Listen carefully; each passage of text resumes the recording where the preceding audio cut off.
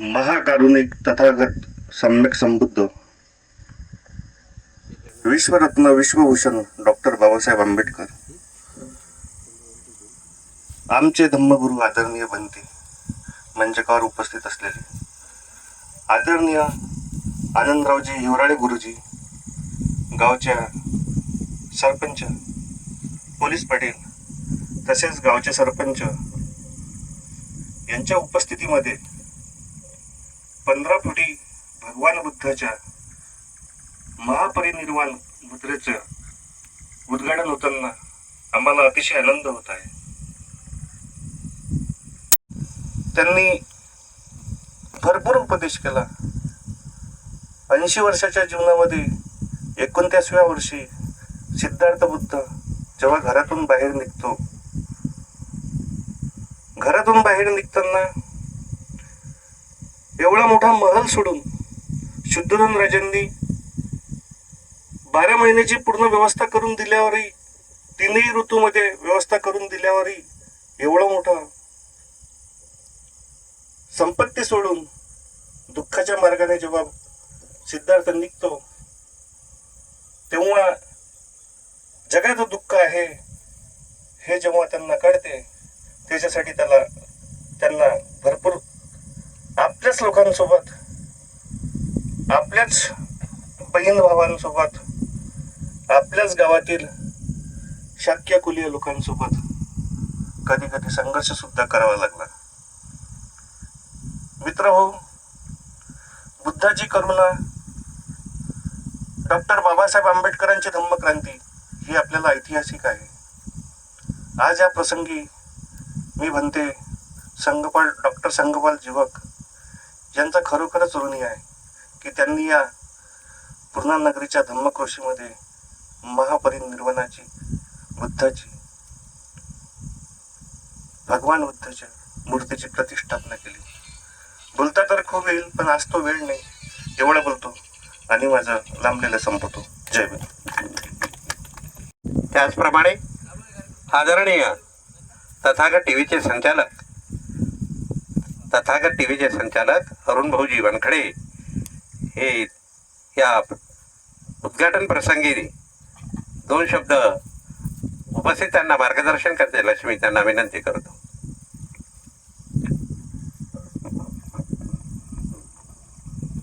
महाकारुणिक तथागत गौतम बुद्ध, परमपूज्य डॉक्टर बाबासाहेब आंबेडकर, महात्मा ज्योतिराव फुले, संत गाडगे महाराज यांच्या विचारांना विनम्र अभिवादन करतो. आजच्या या तथागत गौतम बुद्ध ह्या मूर्तीचं अनावरण या ठिकाणी या कार्यक्रमाला उपस्थित आदरणीय भंतेगण, आदरणीय माननीय विचारमंच, आमचे मार्गदर्शक आदरणीय आनंदरावजी हिवराळे, त्याचप्रमाणे तथागत टी व्ही चॅनलचे प्रचारक प्रवक्ता डॉक्टर संघपालजी भंते संघपालजी, उपस्थित सर्व या ठिकाणी गावकरी, त्याचप्रमाणे प्रमुख पाहुणे आमचे सरकर साहेब. आज या ठिकाणी अतिशय सांगताना आनंद होतो आहे. एवढ्या मोठ्या कष्ट करून हे 2-4 एकर जमीन दुरुस्त करून या ठिकाणी गावाच्या 2-3 किलोमीटर दूर जाऊन आणि या ठिकाणी बुद्धांची या ठिकाणी या परिसरातील या 50 किलो परिसरातही तशी मूर्ती नसेल अशी मूर्तीची येथे स्थापना केली. त्याबद्दल त्यांचं टाळ्यांनी स्वागत करावं आणि त्यांना मी या कार्यक्रमाला शुभेच्छा देतो. आमचं तथागत टी व्ही चॅनल जेवढ्यापर्यंत आपल्यापर्यंत लोकांपर्यंत जाता येईल तितक्यापर्यंत आम्ही कार्यक्रम नेऊ. मला 2 शब्द बोलण्याची परवानगी दिली. सगळ्यांचे आभार मानतो. निजे थांबतो. जय भीम. आदरणीय सरवटकर साहेब या प्रसंगानुसार या कार्याला शुभेच्छा देतील अशी मी त्यांना विनंती करतो.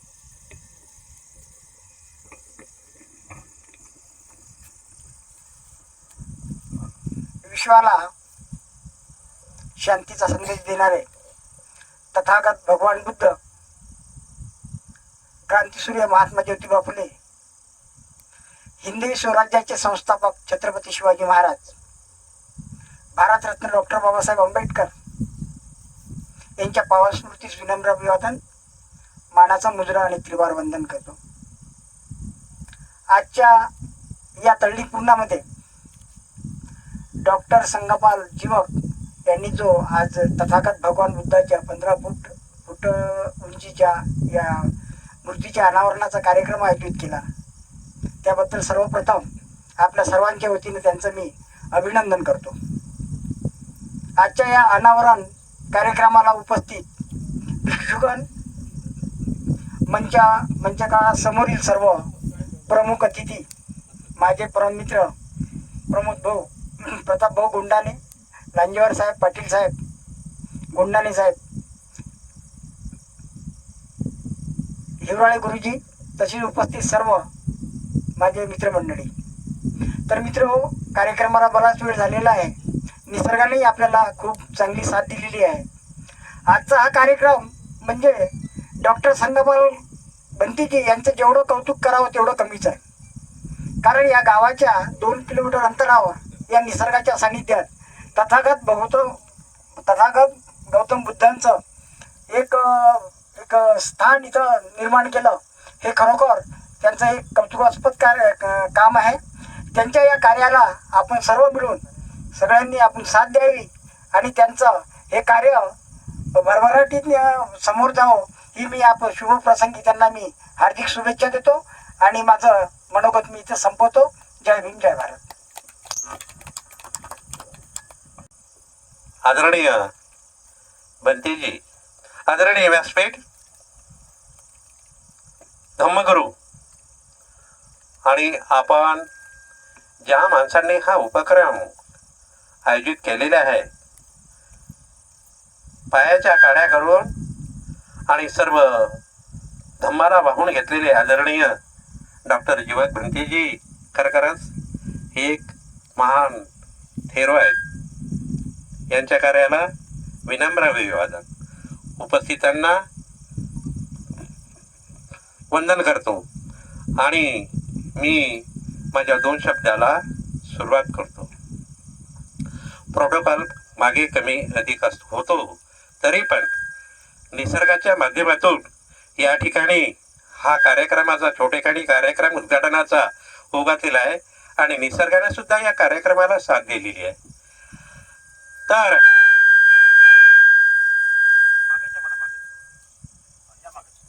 महत्वाची गोष्ट सांगायची म्हणजे मी लोक बघितलेले आहेत,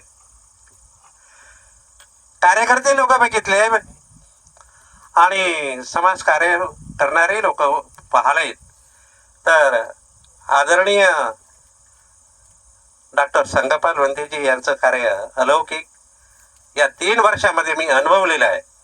माझा त्यांचा संपर्क 3 वर्षापासून आला. मी एका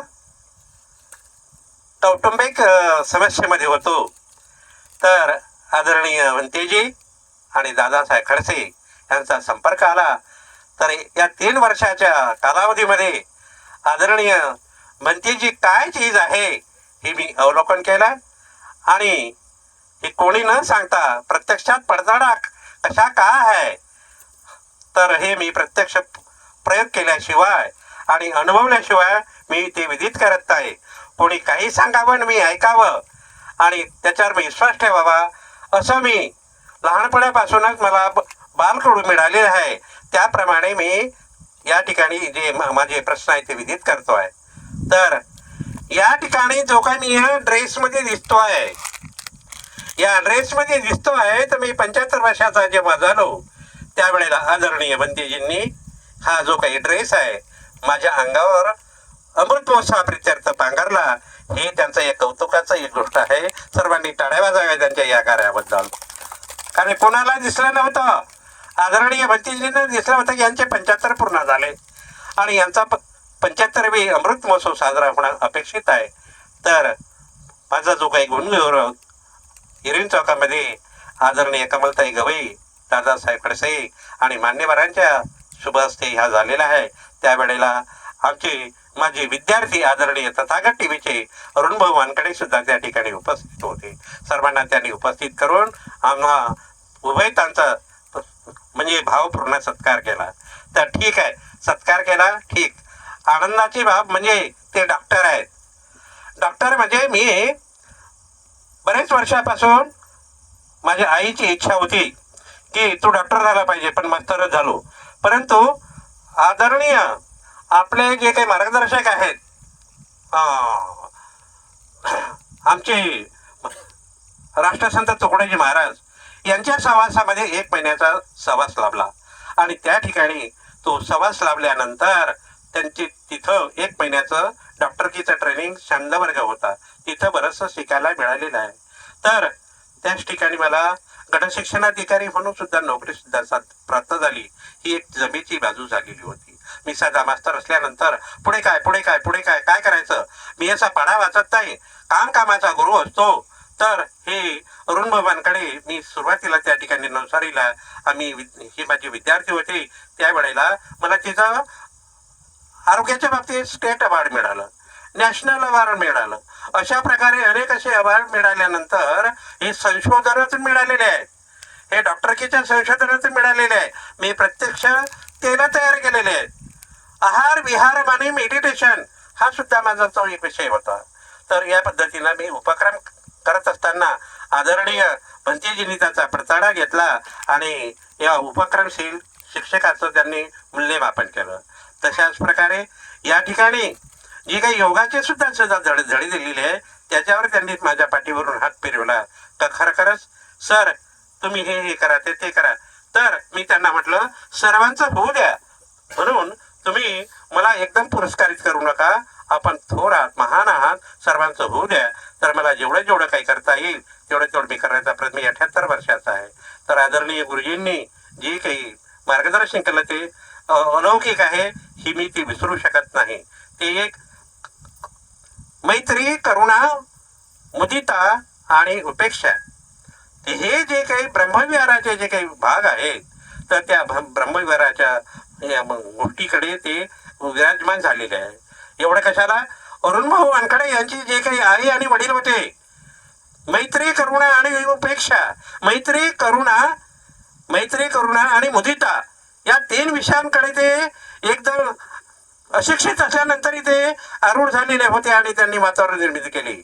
म्हणून लोक म्हणतात की निर्वाणाला जायचं असेल तर खरोखरच जिवंतपणी सुद्धा निर्वाणाला मनुष्य जाऊ शकतो, त्याचा पडताळा आपण घेतला तर. म्हणून त्या कवीने म्हटलेलं आहे,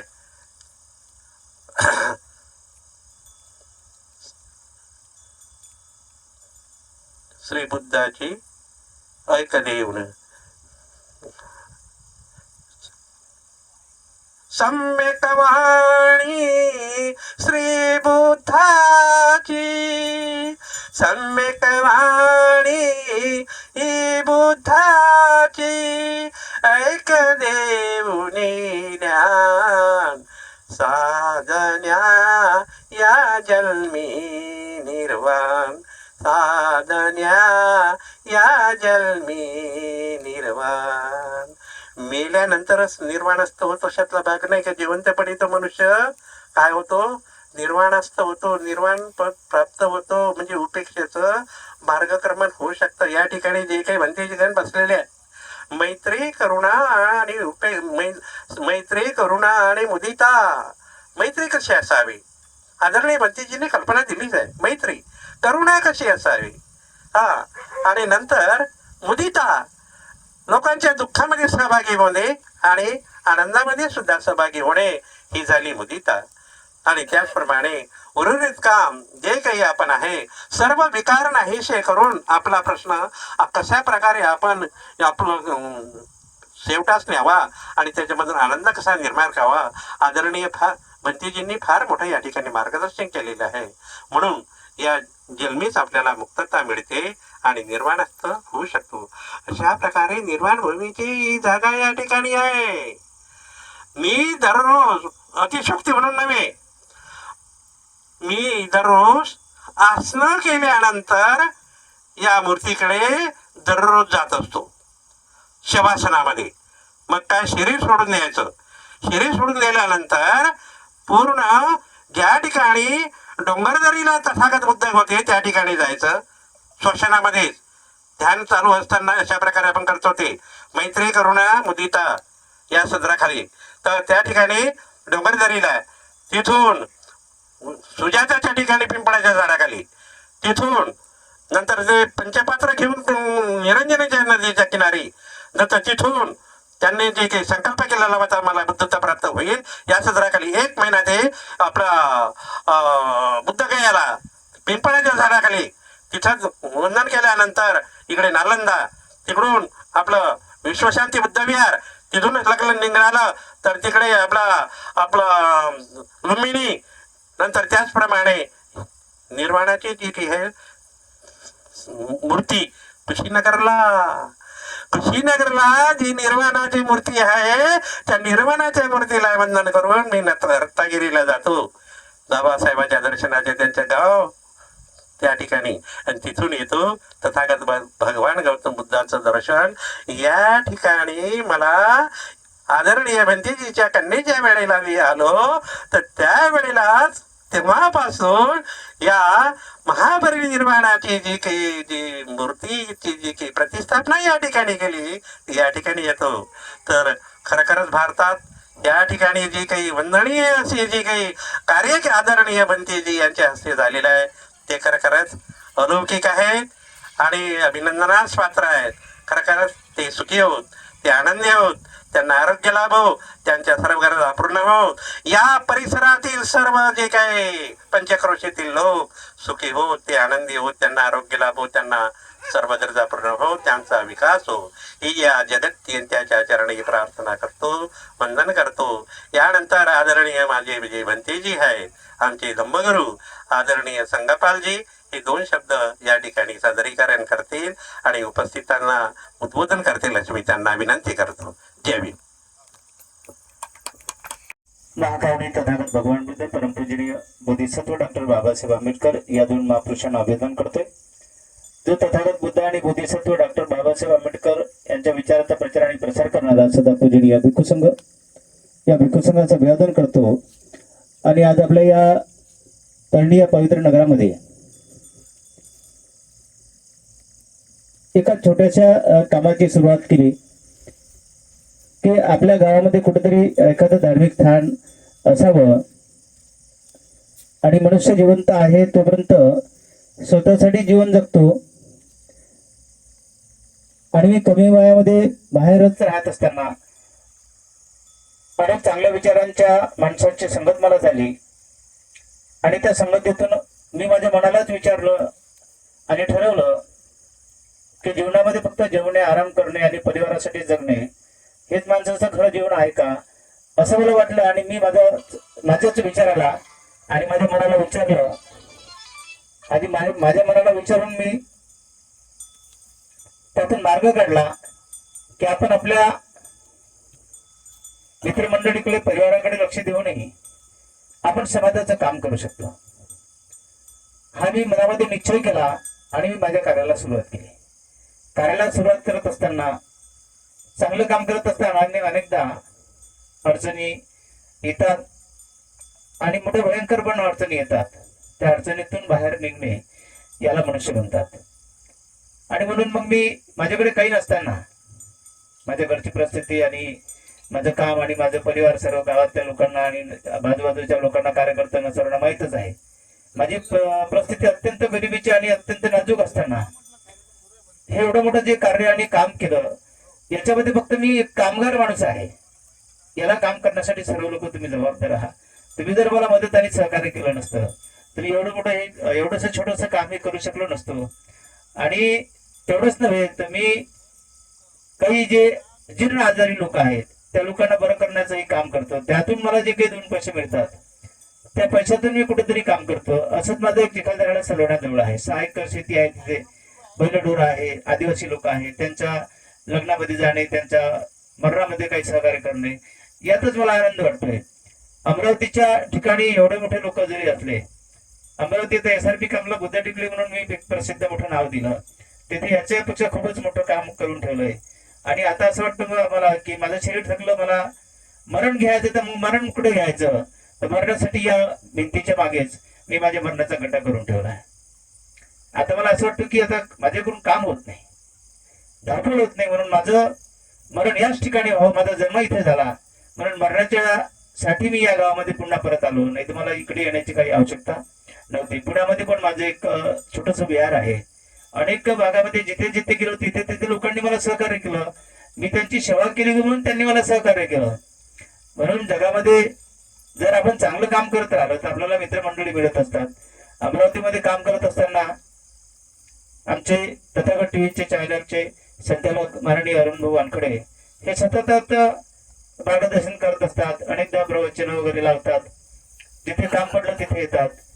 तसेच आनंद हिवराडे गुरुजी ते गट विकास अधिकारी असून मुख्याध्यापक होते, ते दिवसभर आपले फिरत असतात, योगा करतात. म्हणजे अनेक शहरामध्ये जाऊन त्यांना योगा शिकवतात, योगा करतात. त्यांना काय आवश्यकता आहे ते लोकांना सांगण्याची किंवा करण्याची. म्हणजे प्रत्येकच माणसाने ज्या ज्या कामामध्ये ज्या ज्या माणसाला आनंद वाटतोय ते त्या माणसाने काम करावं. कारण जर त्या माणसाला त्या कमी जीवनामध्ये, जीवन आपलं एकदम छोटस आहे. आता 100 वर्षाचं जर जीवन असेल तर 50 वर्ष झोपडीमध्ये गेले, मग 50 शिल्लक राहिले.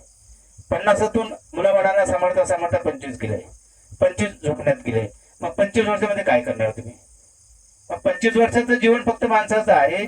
आणि या 25 वर्षाच्या जीवनामध्ये हे जर आपण उपद्रव करत असेल, निंदा नाराजगी करत असेल, भांडणतंड करत असेल, तर उर्वरित काम केव्हा करावं? फक्त 25 वर्ष शिल्लक आहे आपल्याकडे. 25 वर्षात काय करावं?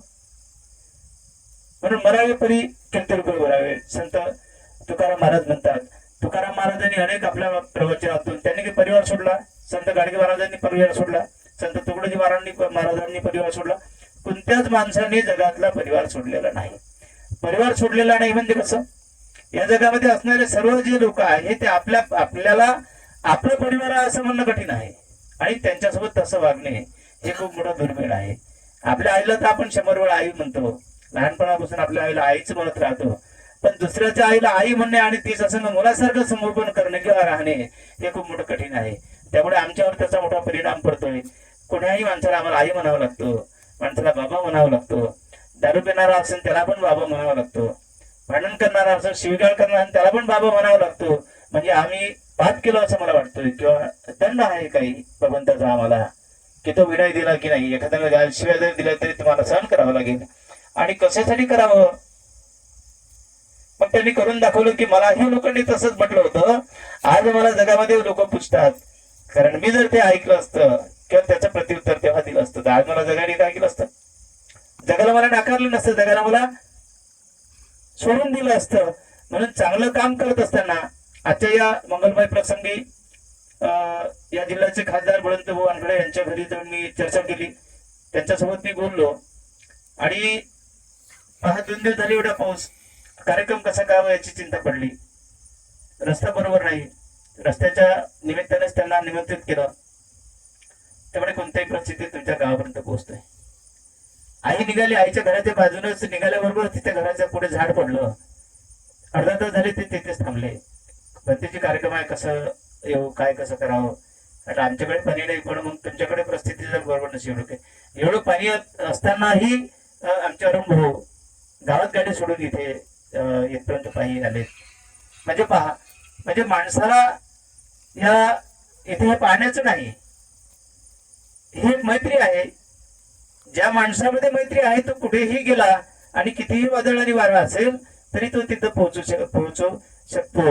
हे खऱ्या अर्थाने सिद्ध होऊ शकते. तुम्ही जे इथे लोक आला आणि मला जे तुम्ही जे सहकार्य करता, मी कोणतंही काम करत नाही, मला काही कुठला पगार नाही आणि मला काही समाज दान देत नाही. मी जे लोकांची सेवा करतो त्या लोकांकडून मला जे मिळालेलं धर्मदान आहे, त्या धर्मदानातून मी काहीतरी मला किती रुपये भरावे. मी मिळाल्यानंतर इथे या गावची बंती जे होते आणि ते इथे राहत होते असं लोकांनी मला म्हणावं. मी फक्त जेवण करून फक्त आरामच करत राहिलो, महाराज बरेच असतात असंही होऊ नये, यासाठी कुठेतरी काहीतरी शिल्लक सोडावं. तर हे शिल्लक राहणार आहे आणि मी मरणार आहे. म्हणून माझ्या भरण्याच्या ठिकाणावरच या ठिकाणी एक माझी इच्छा आहे की या ठिकाणी बेवारस लोकांचं एक आश्रम व्हावं, इथे एक मोठं गोरक्षण व्हावं, इथे ज्या लोकांच्या जे लोक आईवडिलाला पालन पोषण करत नसतील, म्हातारे असतील, अशा लोकांची सेवा केल्या जावी, असं सेंटर या ठिकाणी व्हावं. या जमिनीचं मला काही काम नाही, हे जमीन काही माझे वारस घेणार नाहीत. माझे वारस म्हणजे तुम्ही लोक आहात. कदाचित तुम्हाला वाटत असेल किंवा मी हे माझ्या मुलांसाठी करत असेल किंवा आमच्या काही उर्वरित लोकांसाठी करत असेल, मला त्यांचं काही काम नाही. मी काही मला काही ते जेवायला देत नाही, त्यांच्या काही भरोशावर माझं जीवन नाही.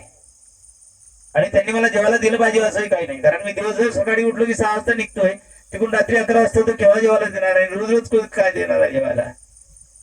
त्यांच्यासाठी काय आणलंच नाही तर काय जेवायला देणार आहे? तुम्ही 4-5 दिवस घराच्या बाहेर गेले तर चौथी पत्नी तुम्हाला काय म्हणतो, तुमच्या घरामध्ये काय वादा विचारतो हे तुमचं तुम्हाला माहित. म्हणून ते काम करून त्यांचं पोट भरतात, ते सक्षम आहेत त्यांच्यावर. माझ्या जेवणाची व्यवस्था लोक करतात. मी कुठे ना कुठे गेलो तरी दैनंदिन कुठे ना कुठे माझ्या भोजनाची व्यवस्था असतो. त्यामुळे माझं हे श्रेय जे आहे हे अनाथ आणि व्यवहारस लोकांची मालमत्ता आहे.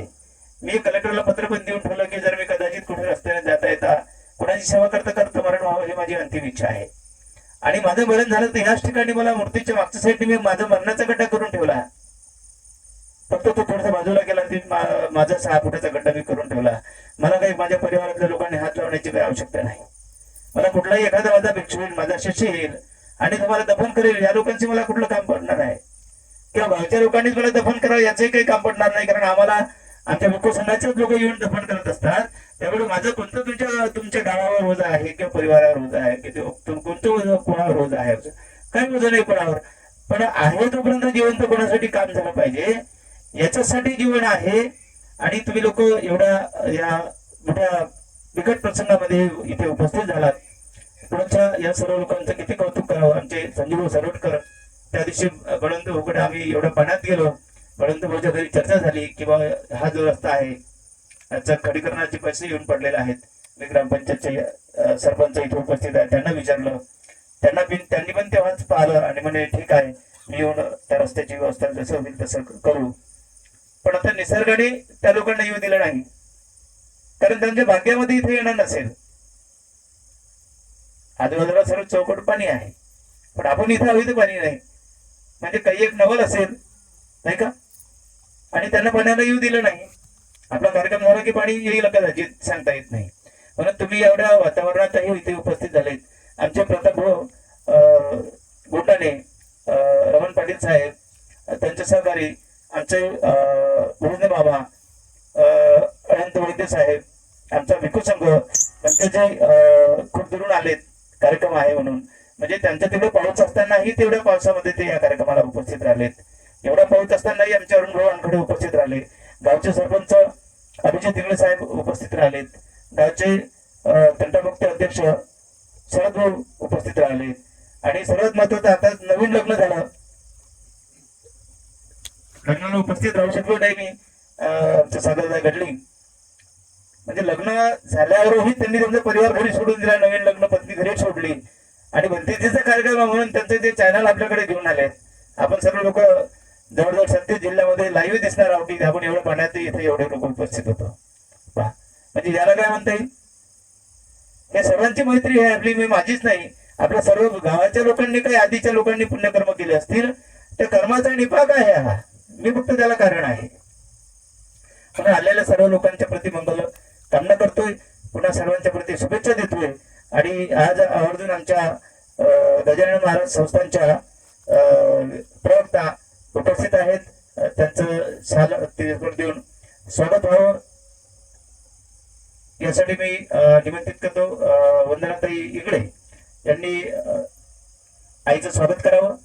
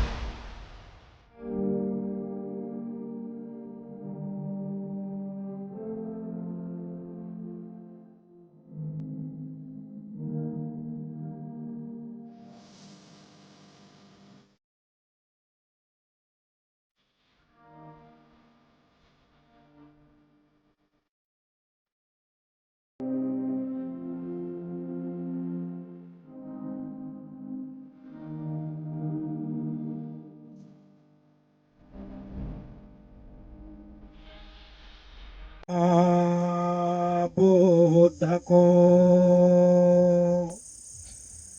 बुद्ध करे कल्याण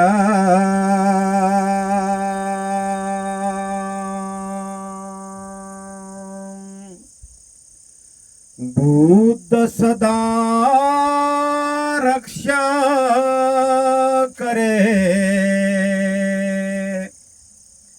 बुद्ध बड़े बलवान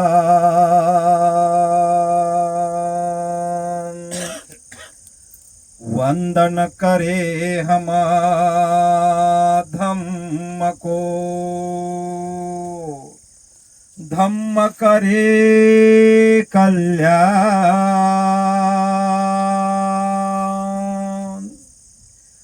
धम्म सदा रक्षा करे धम्म बड़ा बलवान वंदन करे हम संग को संग करे कल्याण संग सदा रक्षा करे संग बड़ा बलवान सबका मंगल सबका मंगल हो रे तेरा मंगल तेरा मंगल हो रे सबका मंगल हो रे मेरा मंगल हो रे जन जन मंगल हो रे सबका मंगल हो रे सभी दिवो विभजन्तु सर्व रोगो विनाशतु माते भवन्तन्तरायु सुखी दीर्घायिको भव भवतु सब मंगलं रक्षन्तु सब देवता सब बुद्धानुभावेनं सदा शान्ति भवन्तु ते भवतु सब मंगलं रक्षन्तु सब देवता सब धम्मानुभावेनं सदा शान्ति भवन्तु ते भवतु सब मंगलं रक्षन्तु सब देवता सब संगानुभावेनं सदा शान्ति भवन्तु ते साधु साधु साधु सर्वांचे मंगल हो सर्वांचे कल्याण हो सर्व लोक सुखी हो भयातून रोगातून दुःखातून तुमची मुक्तता हो बुद्ध धम्म संघ तुमची रक्षा करो भवतु सब मंगल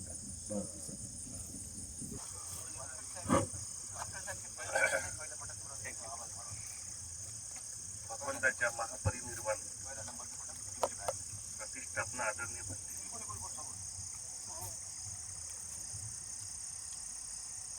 आदिलाबादवरून आलेले युवक बंधूजी त्याचप्रमाणे आदरणीय कमलधम्म वंदे मुसदवरून आलेले त्याचप्रमाणे वंदे पटिशान हिंगोली आजच्या पुनर्जीवन प्राण प्रतिष्ठा गोरक्षण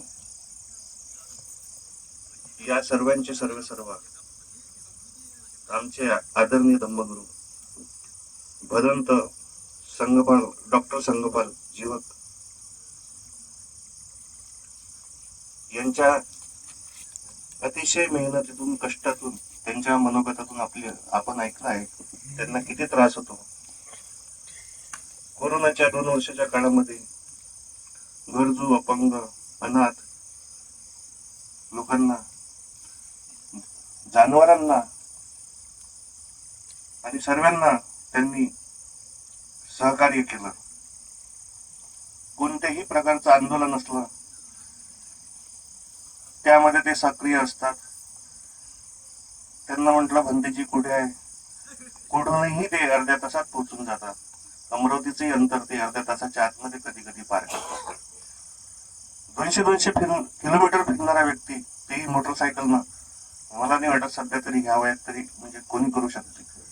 त्यांनी स्वतःला धम्म कार्यात वाहून घेतलाय. त्यांची जेवढी मनोकामना आहे ती भगवंत त्यांची पुरी करू.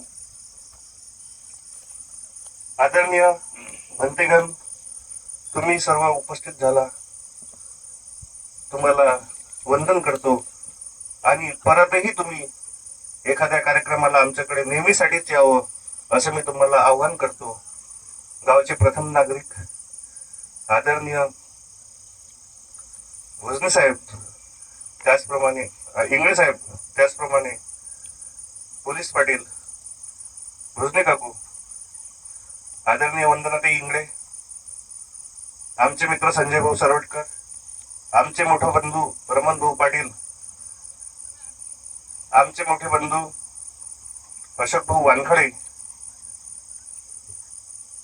तथागत टीव्ही चॅनलचे मुख्य सर्व वानखडे साहेब, सागर भाऊ गडलिंग, वैद्य साहेब, आदरणीय हिवराळे गुरुजी, ज्यांनी ह्या वयात सुद्धा आपल्याला अतिशय प्रेरणादायी मार्गदर्शन केलं, आमचे मित्र संजय भाऊ सरवटकर, सतीश दादा गुंडाने, महेंद्र दादा लांजेवार, अनावधानानं जर कोणतं नाव सुटलं असेल तर त्यांनी समजून घ्यावे, सोनवणे साहेब, आणि ह्या परिसराची जी रक्षा करतात असे आदरणीय आमचे सीताराम भाऊ, मी सर्वांचा आभार व्यक्त करतो आणि कार्यक्रम संपला असं मी जाहीर करतो.